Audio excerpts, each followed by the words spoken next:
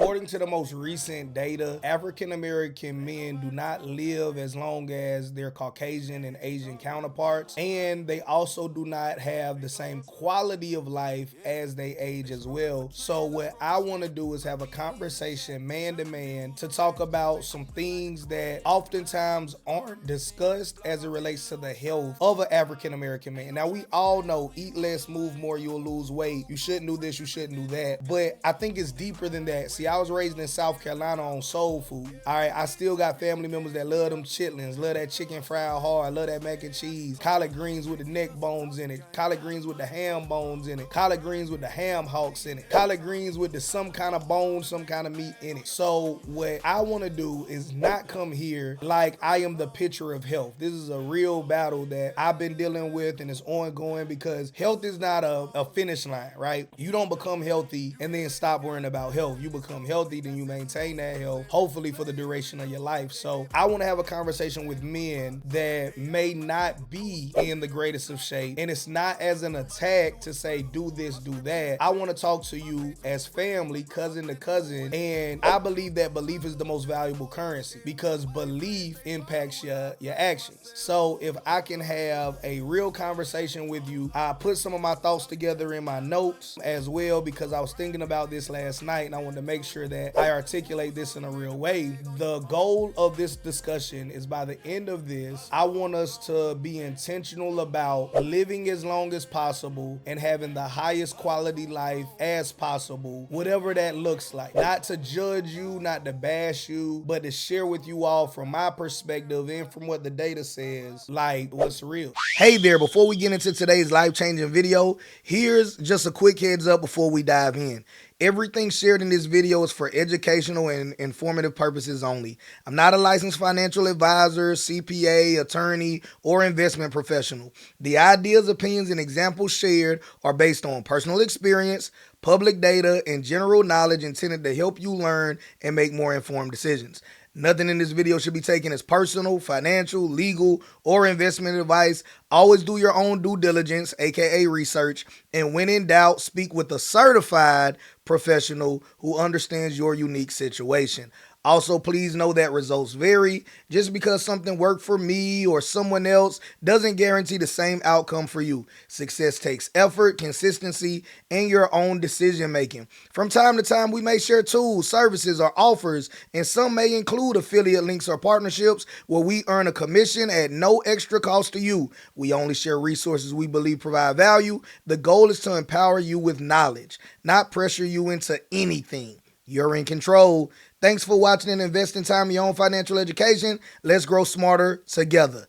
I love you, cousin JT. Let's get into it. So, all right, so what I think is most relevant for this discussion is let's start off with self-control, because I know part of being an adult is being able to do what you want to do when you want to do it because you grown, right? But I want to talk to you about how self-control is not me trying to dictate how you as an adult lives your life, but actually explain to you how self-control is one of the highest forms of love. See, self-control is love with a long-term horizon, not the Hallmark kind, the kind that pays bills, protects futures, and refuses to let your nervous system drive the car off a cliff just because the radio is playing your favorite song. Self-control is love because it chooses the you that you can't see yet. A lot of love is treated like a feeling. Self-control is love as a decision. It's saying, I won't abandon tomorrow's me to comfort today's me. I won't trade my body's peace for 12 minutes of dopamine, eating this junk food, or indulging in this drug, this alcohol, or not choosing to do anything active to help my body health. It's like I won't let old pain pick the menu, the friends, the companions, the spending, the schedule. When you choose restraint, you're not choosing deprivation, you're choosing protection. You're acting like a safe parent to your own life. And that's deep because most people were never consistently protected, even if they were provided for. The child in you wants relief, not righteousness. And I know that you're super mature now and you don't have any childish nature in you, but I challenge you to think internally. You don't got to to share it with me in the comment section. You don't got to share it with anybody, but just internally ask yourself this. So the kid inside of you, it doesn't want help. A kid wants to feel safe, to feel seen, to feel like they matter, to feel like life is fair to them, to feel like they are not behind. So when the adult you get stressed, tired, lonely, overlooked, pressured, the inner child reaches for symbols. Now, tell me if you consciously or subconsciously have ever reached for any of these things, even if you didn't know what they represented. So sugar, that's seeking comfort. Carbs, that's your rice, breads, pastas, potatoes, things of that nature, right? And there's other carbs, but those are the most common ones for those of us in the deep south, right? But that's sedation. Spending, going out to buy something to eat today, even though it's food at the house, going out to buy a shirt, buy this, buy that. You don't really need it, but you just want to and you can. That's showing that you have power, showing that you have control over things. Porn, or just scrolling on social media in general, just for escapism. Overeating, just to really give comfort and get to a quiet space mentally.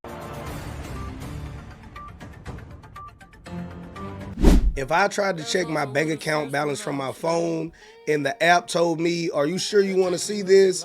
What I would do is I would click the link in JT's bio and I would join his absolutely free Telegram group, because in that group, he breaks down different ways to make money with AI without using labor.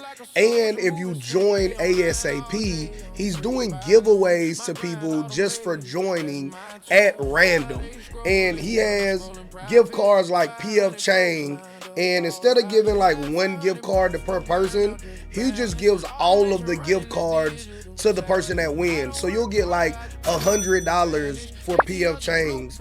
You'll get like $150 for Starbucks. You'll get like $30 for Chili's. You'll get like $40 if you win McDonald's. $45 if you win Domino's. $75 for Bonefish Grill.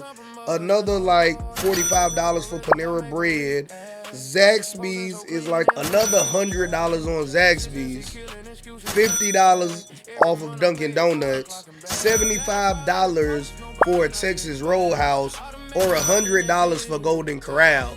So the way that I see it, you really have nothing to lose. You're gonna get daily ways to make money sent straight to your phone, and you could possibly get a free meal out of it. I would definitely join. And now back to your regularly scheduled program. None of this is about hunger, it's about regulation. Self-control is love because it refuses to confuse relief with healing. Getting what I couldn't have as a child is often compensation, not care. This is where people get tricked. You finally have money, freedom, options. You say, I deserve this. Sometimes that's true, but often it's the adult version of a child trying to rewrite history with purchases, food, and indulgences. The problem is the nervous system doesn't read receipts as love. It reads patterns. So you can buy everything you missed and still feel empty, because the missing thing wasn't the object, it was what the object represented. It represented attention, tenderness, stability, pride, belonging, being chosen. You know, a man can buy the newest truck, eat the sweetest plate, get the best gadget, and still be starving for peace, because the real hunger is spiritual and emotional. Self-love isn't giving yourself what you want, it's giving yourself what you need. Want is loud, need is quiet. Want says now, need says not like this. Self-control is self-love because it doesn't get hypnotized by urgency. If a kid runs into the street, a loving parent doesn't say, I don't want to crush their vibe. Love grabs them, restrains them. Love interrupts them, trips them up, pushes them down, does anything to prevent them from going out there to hurt themselves, even if them themselves are not aware of the danger that they're running straight into. Self-control is you grabbing yourself by the collar and saying, not today, I'm keeping us alive. That's love. The counterfeit version of self-care is permission to cope. Modern self-care often gets marked as whatever makes you feel good. But feeling good is not the same as being well. There's a kind of treat yourself culture that is really just, I'm exhausted and I don't know how to rest, so I reward myself with something that worsens the problem. Let me give you an example of this. You stress, so you eat sugar. Sugar spikes your insulin. Insulin increases the inflammation in your body. It worsens your sleep. It worsens your cravings. It worsens the mucus in your body. Now you're more stressed. That's not care. That's a short-term loan with long-term interest. Real self-care looks like sleep, water, sunlight, movement, protein, boundaries, saying no, asking for help, being consistent. Real self-love is boring at first, to be honest with you. Then it becomes freedom. So why does self-care feels like hate at first? Because the brain has been trained to see restraint as punishment. If you grew up with scarcity, chaos, being told no without explanation, how many of us had mama, grandma, auntie, or somebody like that that said, because I said so, I'll raise my hand? That's definitely the world that I was raised in down in deep South Carolina. So being disciplined without tenderness, having to self-soothe alone, this limits how you feel, and then these limits can feel like abandonment. So when you try to change your mind, says, why are you doing this to me? But what's actually happening is you're removing the old pacifier. Food, spending, entertainment, indulgence, they were serving as emotional crutches. Taking them away feels like grief. That's why self-control is love. It's choosing grief now instead of regret later. The deeper layer is self-control is identity protection. You aren't just controlling your appetite, you're deciding who you are. Every time you stop a craving, you telling yourself, I'm not the kind of man who is owned by impulse. Every time you stop a craving, you telling yourself, I'm not the kind of man who's owned by impulse. That becomes a new identity. And identity is the highest currency because behavior follows. A clean test is this love or compensation? Before you eat it, buy it, do it, say yes to it, ask, will this make tomorrow easier or harder? Am I meeting a need or numbing a feeling? If nobody saw this, would I still call it self-care? Is this aligned with the man I'm becoming? What feeling am I trying to change right now? If it's need, it will feel peaceful after. If it's compensation, it'll feel heavy after, or you'll feel nothing at all. A faith layer to add to it, because I'm unapologetically a believer, is simply this. Biblically, self-control is not presented as misery. It's presented as fruit, evidence of maturity, evidence of love, because love says, I will not let my desires become my God. Self-control is worship in practical clothes. It's saying, I trust God enough to be uncomfortable without escaping. That's deep strength. If you want the simplest truth, self-control is the highest form of love because it's the part of you that refuses to let pain raise your children, spend your money, shape your health, or decide your future. And giving yourself what you couldn't have as a child can be beautiful. But if it becomes your main definition of love, then your inner child becomes your financial advisor, your dietitian, your therapist, and your spiritual leader. That child deserves comfort, but not control. And now I want to give you guys just real talk, a little bit about my situation, because a lot of people that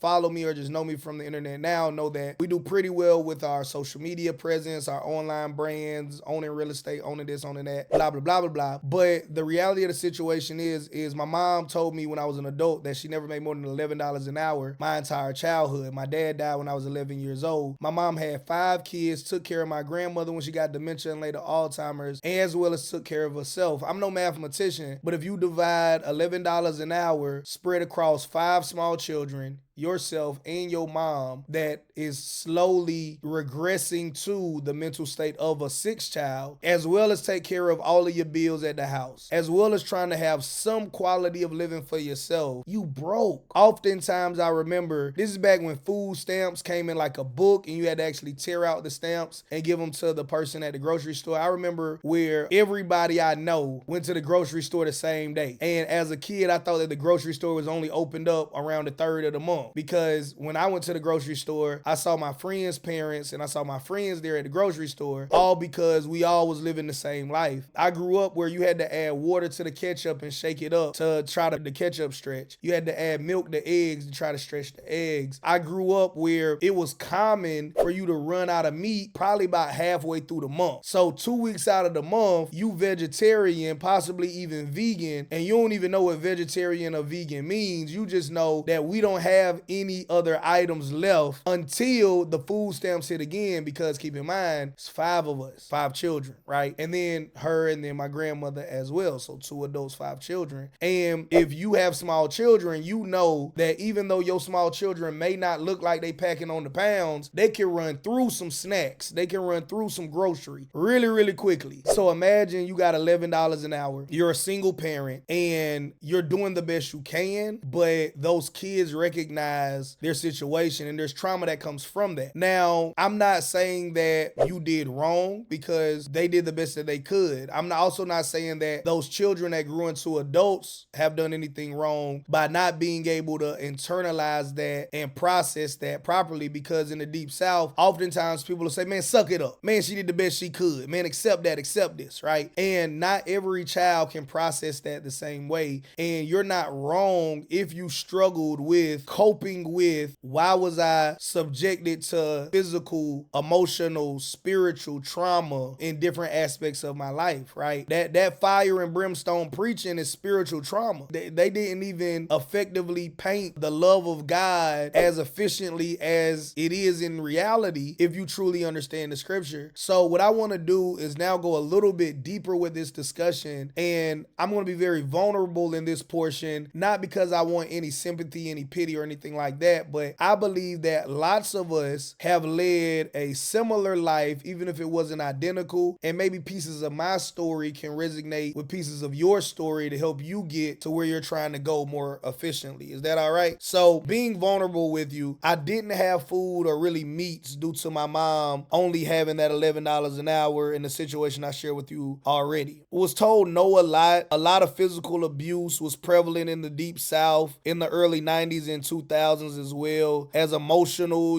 getting cussed out, being talked down to, even if it wasn't with profanity, and even spiritual maybe. I don't want to misread or misfire this, of course, but you build these long-term bonds with friends as parents because your biological parents are too busy to make ends meet or trying to make those ends meet. And then we all joined the military thinking that would make us rich, which improved our life, but did not make us rich. Finally, you get older and you discover a lot of the things that you were subjected to as a child you just no longer agree with. You might even say they were flat out wrong. And then you begin to question everything and wonder, what are they wrong about everything? So here's a message that I have for those of you all that can relate to any part or all of that story, or know somebody close to you that can, so you can share this with them. So first, they need to know they didn't grow up disciplined. They grew up in survival mode. There's a big difference. See, being low income, being one of several kids, especially if they're in a situation where they also are trying to provide for their parents, the grandparents of the children, especially if it's a single family household or single parent household, whether one parent leaves or one parent, in my case, just is deceased or by whatever reason, right? Now you got one person carrying more weight than one person actually should, if we were to be honest. And you're in an environment where physical correction, at least during that time, feel however you want to feel about it now, that was the norm. That was normalized, right? Everybody was getting beat on in the early 90s and 2000s, and even before that as well. And arguably, some people may say it was even more severe for previous generations. Not to downplay what you went through, but just being real, that was the time. So emotional expression was treated like weakness back then. Spiritual language used more as fear than a refuge. That's not structure. That's pressure without padding. When a child grows up in that environment, the nervous system learns one lesson early. Resources disappear. Comfort is unreliable. Safety is conditional. That wiring never forgets. See, you might have noticed that I'm referencing your nervous system a lot because your nervous system controls everything that you do. So when you hear people talk about becoming successful, whether it's with their health, whether it's with their finances, whether it's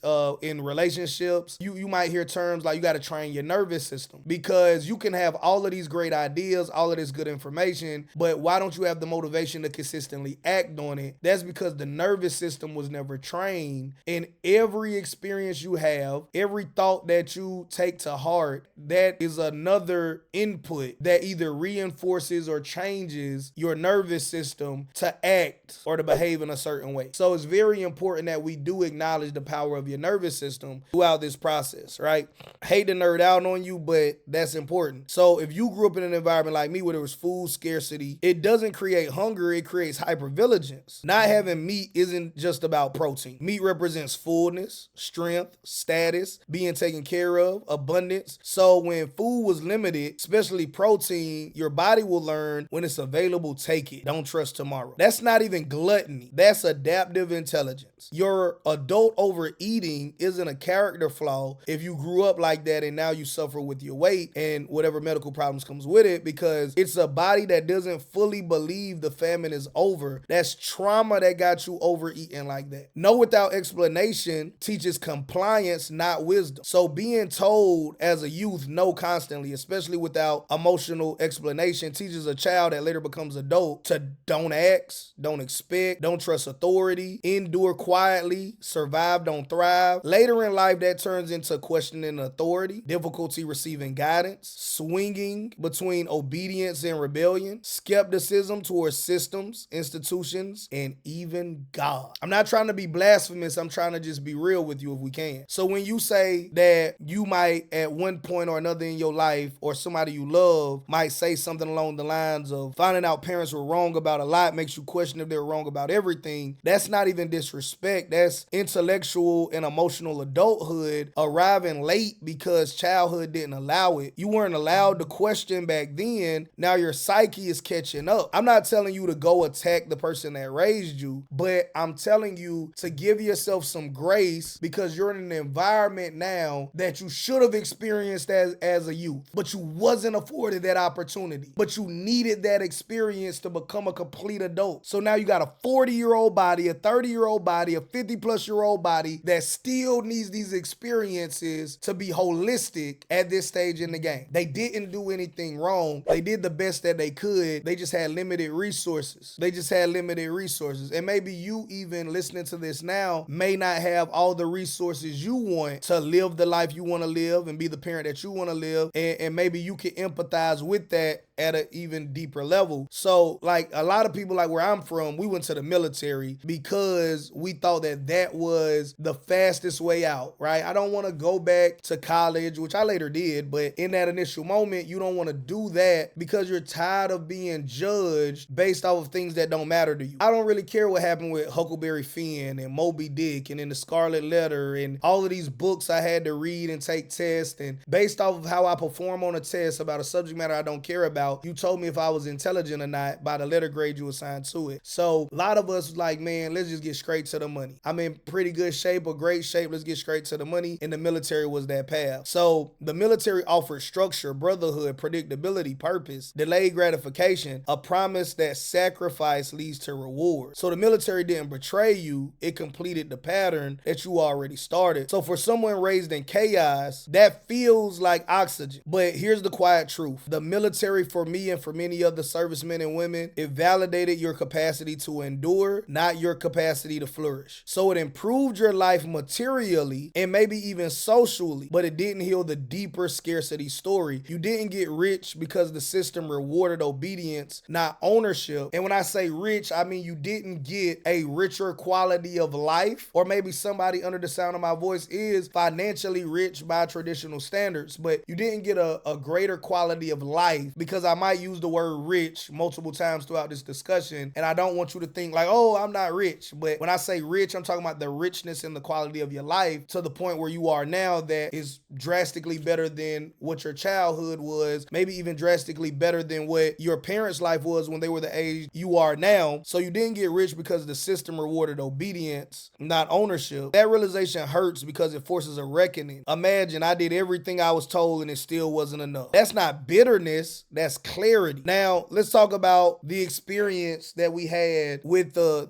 lot of these southern churches. And if I'm wrong, Lord, forgive me. Jesus, by your grace, please intervene and help me gain clarity in this matter. And I have no intentions of misleading any of God's people, but only drawing them closer to you if it be your will. I mean this with as much reverence and respect as possible, but just speaking about my experience for those of you all that can relate to it, because I don't have a problem with God or Jesus. I got a problem with the people that misled us to believe misinformation regarding our Savior, regarding our Creator. So if you were raised in fire and brimstone, spiritually shaped fear, not intimacy, religious or spiritual environments, you're not misreading it. A lot of Southern preaching in that era, me being born in 1990 and raised in the 90s and 2000s, right? A lot of that Southern preaching in that era emphasized punishment over presence with God, obedience to God over having a relationship with God, fear of God over having a formation to be a part of his family, especially for a child already living in fear of physical abuse, verbal abuse, scarcity. That doesn't produce reverence. It produces hyper moral anxiety. So God becomes, not that this is the reality of it, but in your mind, keeping in mind that children's mind are already undeveloped. So God becomes another authority to disappoint, another voice always watching you, another reason to suppress your needs. Later in life, that often flips into now you questioning all doctrine. Is the church real? Is God real? Is Jesus real? Is the Bible the truth? Separating God from the messengers, reclaiming faith without terror. That's not backsliding. That's spiritual differentiation. Friendship, and we'll revisit all of these, but I want to cover all of them in this podcast. So you might have formed friendship bonds as well because your parents might have worked a lot, or they just couldn't give you the social environment that you needed in order to feel appreciated, loved, or safe.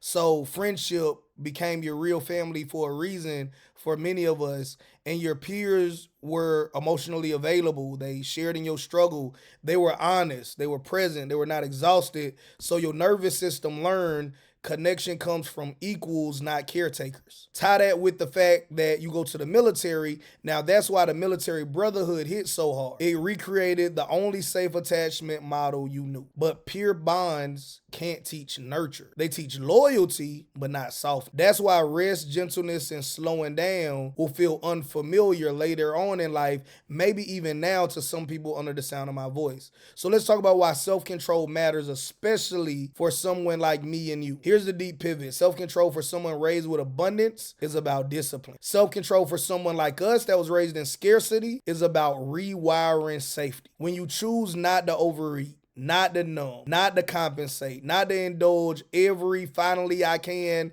indulgence that you could take advantage of. You're not denying yourself. You're telling your body, we are safe now. You don't have to hoard. That's profound love, because the child in you never learns safety through consistency, only through endurance. And your grief phase is unavoidable. There's a stage where you mourn the childhood you didn't get, the guidance you didn't receive, the nourishment you lacked, the truth you weren't told. That grief often comes out sideways. What do you mean, JT? Anger, overeating, overworking, cynicism, over-questioning. Self-control doesn't suppress that grief. It contains it so it doesn't ruin your life. So the truth about parents were wrong. Parents can be loving and wrong. They can be well-intentional and harmful. They can be faithful and misinformed. They can do their best and still fail on some of your key needs. Real maturity isn't replacing their worldview with rebellion. It's building your own with compassion and discernment that they did the best they could based off of the resources and knowledge they had at the time. You don't have to throw everything away that they taught you. You also don't have to carry everything forward. Here's the quiet conclusion of the matter. You weren't spoiled, you weren't lazy, you weren't undisciplined, you weren't ungrateful. You were raised in survival mode, then trained in endurance when you joined the military. Now your soul is asking for integration. That's why food matters so much. Self-control feels emotional. Faith feels complicated. Success feels delayed. Rest feels suspicious. You're not broken. You're early in the phase where strength turns into wisdom. So let's turn food from security to nourishment. What food meant then was not fuel. It was safety, certainty, relief. Proof that today didn't beat you. Protein scarcity or whatever scarcity you had, but I'm going to be selfish here and talk about our food stamp struggle where, we ran out of meats by half of the month.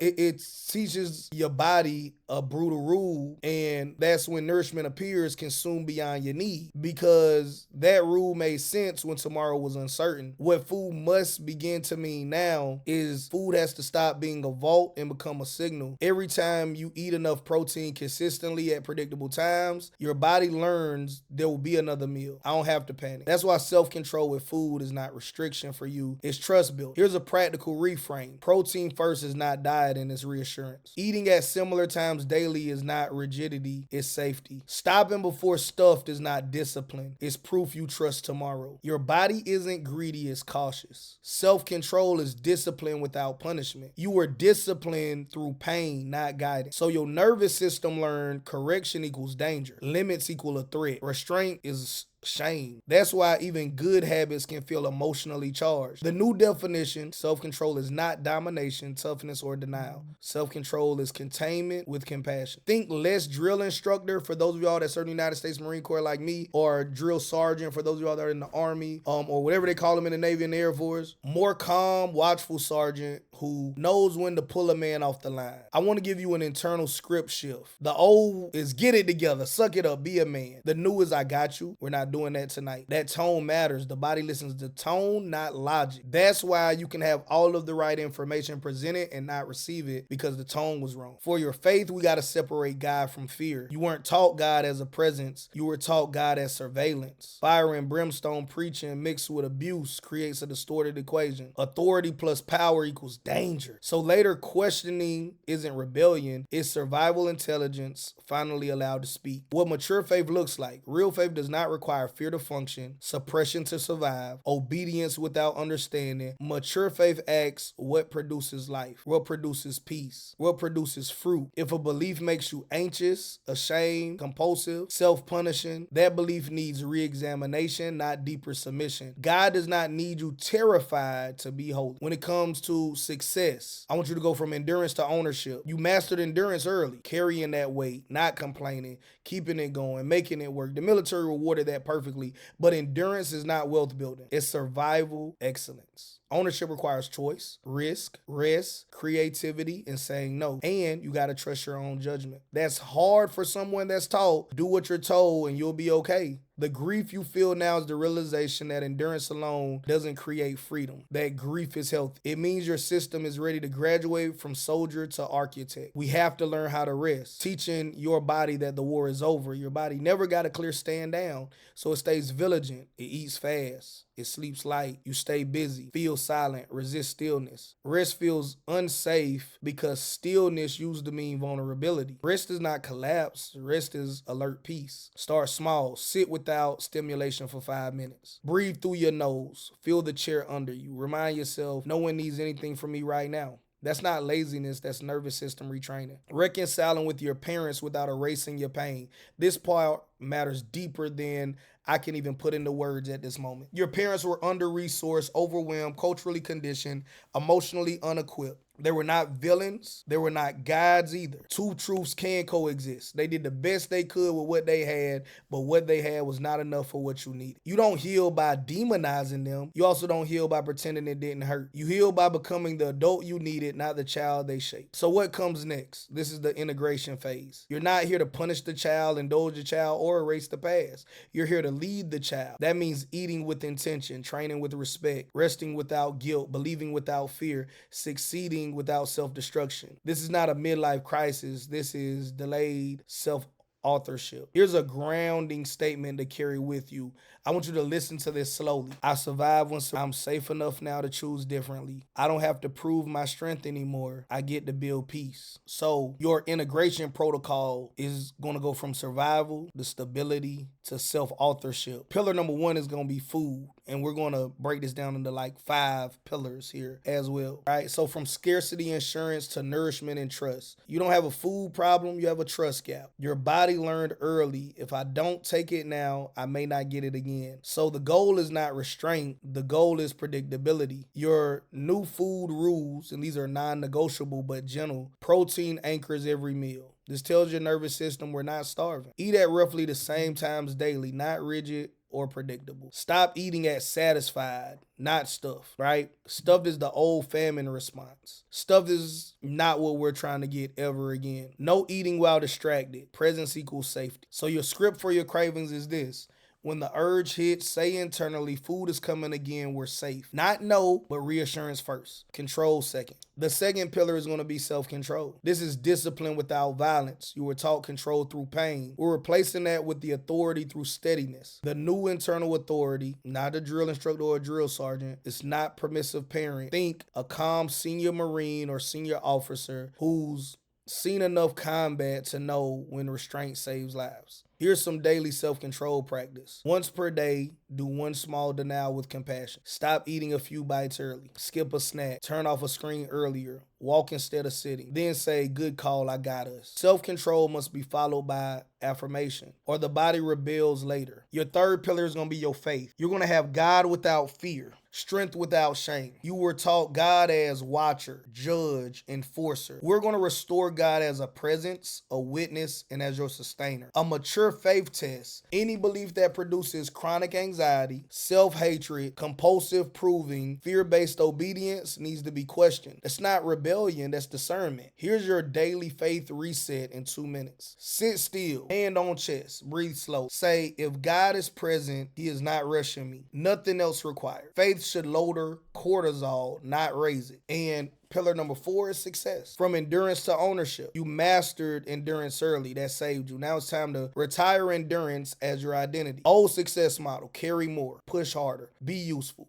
Don't rest. Earn worth through suffering. Your new success model is going to choose deliberately. It's going to build systems. It's going to protect energy. It's going to say no early. It's going to measure peace as ROI. Ask before committing, does this build my future or just prove my toughness? If it's only proof, it's old wiring. And pillar number 5 is rest. Teaching the body the war is over. Your body never heard stand down. So we teach it through repetition, not logic. Daily safety signals now that are mandatory for you. Sunlight before screens. That's laptops, that's tablets, that's phones. Slow breathing at least once. Movement without intensity. Silence without stimulation. These tell the nervous system the threat level is low. Rest is not collapsed. Rest is alert peace. So a simple, repeatable daily structure is in the morning, wake up, drink some water, get some sunlight, and have at least 5 minutes of stillness. And then have a protein-based breakfast. The message to the body is the day begins safely. Midday, walk or light training, eat without a rush, no screen during meals. This message to your body is we are resourced. In the evening, movement or stretch, dinner early, not late, screens off earlier, that becomes a habit, and then 5 minutes quiet before sleep. This message to your body, nothing is chasing us. Here's your grief protocol. This matters more than discipline. You will grieve the childhood you didn't get, the guidance you lacked, the nourishment you missed, the lies you were told. The years spent enduring instead of choosing. Grief will surface as anger, hunger, restlessness, sadness, doubt. When it does, do not fix it. Say, of course this hurts. I survived something real. Grief process becomes wisdom. Grief avoided becomes compulsion. You gotta reconcile with your parents without self-betrayal. You don't owe them denial of your pain, loyalty to their worldview, silence. You also don't need hatred, erasure, permanent blame. Here's the adult truth. They shape me, but I choose who I become. That's freedom. Your core identity shift, and this is the heart of it all, is your old identity is I survive, I endure, I prove. Your new identity is I protect, I choose, I build. You're not weak for wanting peace. You are strong enough now to stop living in survival mode. A statement to carry daily with you, and I want you to listen to this slowly and play this back as much as you need to. This is a statement to carry daily, so you say this once a day out loud if possible. The famine is over. The war is over. I don't need to earn safety anymore. I'm allowed to build a good life. If you stay tuned to the end of this, I want to first commend you and thank you for being here with me as I share with you all what I've learned to help me along the way and to hopefully keep you as sustained as possible.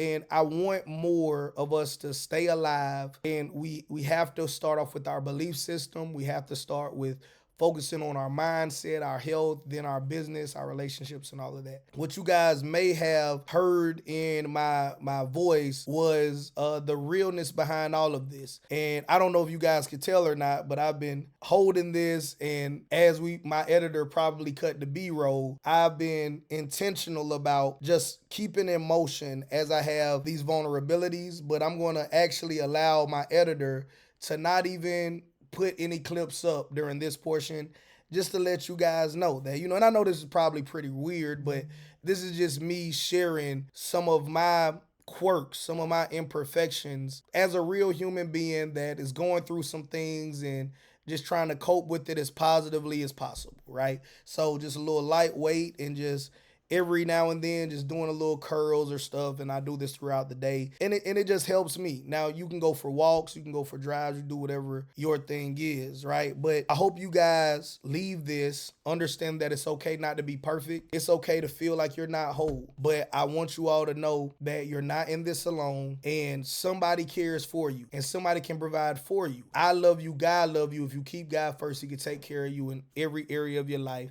If you have the proper relationship with God, and respectfully, that may or may not be the same relationship you were raised to have with. I'll see you in the next one.